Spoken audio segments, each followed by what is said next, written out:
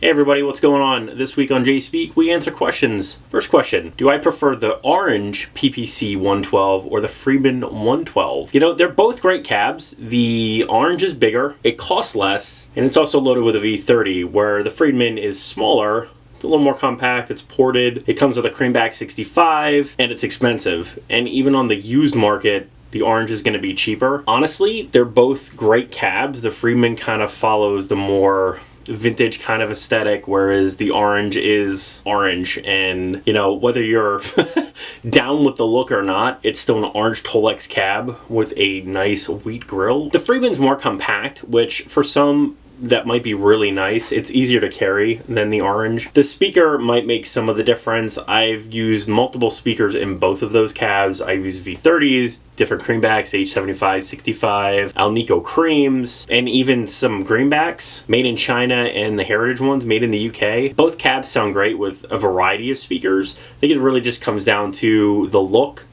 and the price.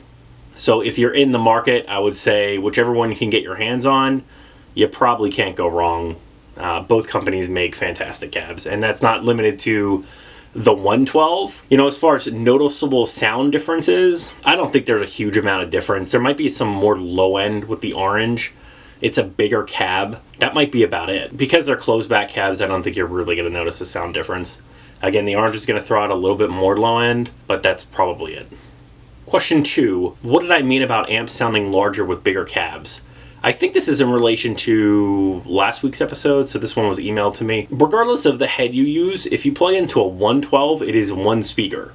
Plug into a 212, it's two speakers. If you plug into a 412, it's four speakers. And the thing about using, you know, an open back or closed back cab, a lot of 412s are closed back. And the best thing I can say, it's like, it's a flashlight. Wherever you shine the light is where the sound goes. A 412 pumps out a lot of volume and a lot of air, whereas a 112 just, it physically can't do it. I mean, it's a fourth the size generally, and it's one speaker.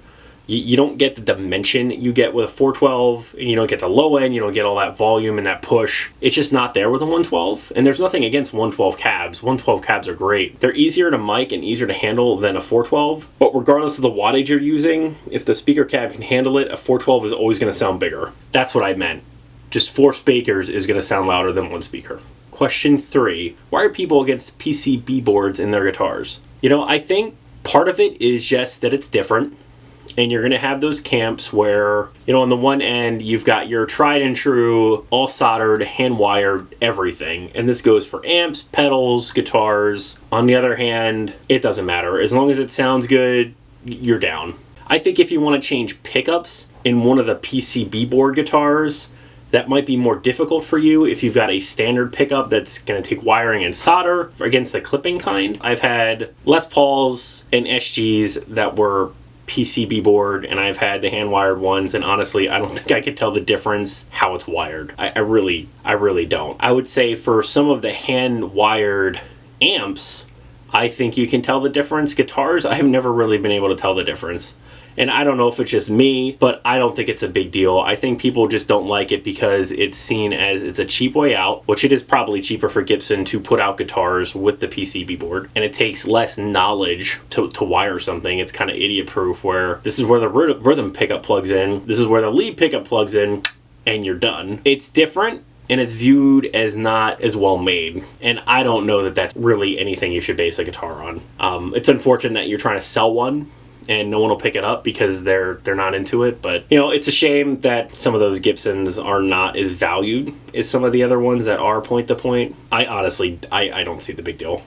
But that's just me. If you have any questions or comments, please leave them below, or you can head up the email ContactTheJay@gmail.com. I'd love to hear from you. As always, thanks for watching. Remember to like, share, and subscribe. Many more videos to come. Don't miss one sub.